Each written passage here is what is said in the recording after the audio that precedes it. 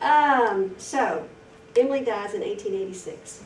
She had 2 requests on her deathbed. She was sick for about 2 years with some sort of kidney disease before she died.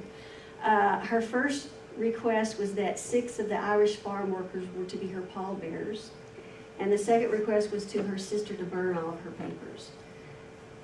And she burned a lot of them, but she couldn't bring herself to burn all of them. So she goes in Emily's room after her death, and she had this chest of drawers, and she opens it up, and she finds hundreds and hundreds and hundreds and hundreds of poems that are in there. And she had put them in little books that she had sewed together with needle and thread. They're called fascicles. So she has all these poems. We have still some of the letters that she wrote, some letters that I wrote to her.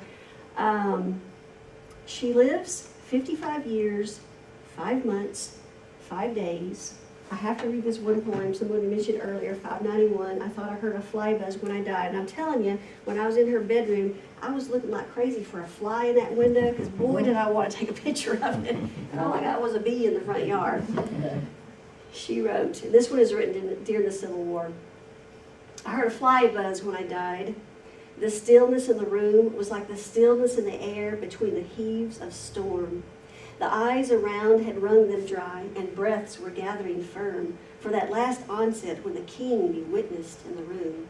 I willed my keepsakes, signed away what portion of me be assignable, and then it was there, interposed, a fly, with blue, uncertain, stumbling buzz between the light and me, and then the windows failed, and then I could not see to see.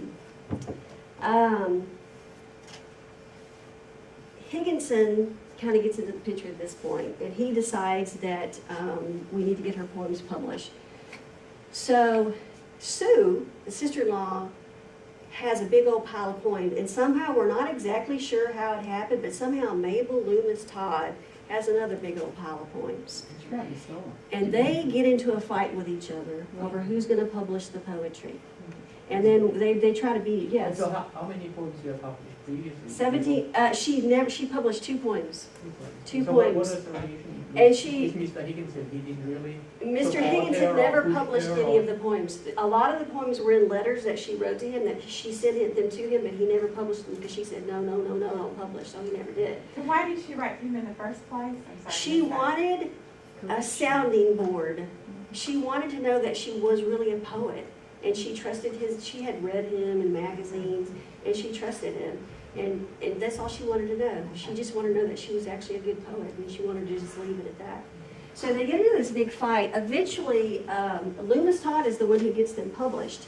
But what she does is she takes all the punctuation out, like she gets rid of all the dashes, and she changes the spelling, and she takes out the capitalization.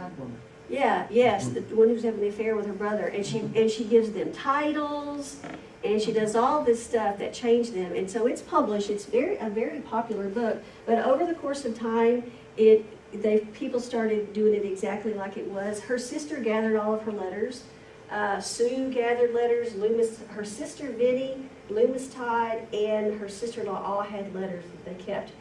Harvard University comes into Amherst, I don't know, in the early 1900s, and buys the homestead, and also buys a bunch of the Emily Dickinson memorabilia. And still to this day, there's a fight between Harvard University and Amherst College, because they have half of her letters and poems, and the Amherst College has half of her letters and poems, and they can't ever seem to get together. Even the furniture split, which is kind of weird. Yeah, I know. It's really, really strange. The last thing that I wanted to show, I kind of want to say, it was funny about Emily Dickinson, because when I'm reading her poetry, like, I thought that I was reading Emily Dickinson, but the more that I read her, I kind of figured out that she was reading me. And I think that if you read enough of Emily Dickinson poetry, that you would feel the same way about her. And I'll pass this around.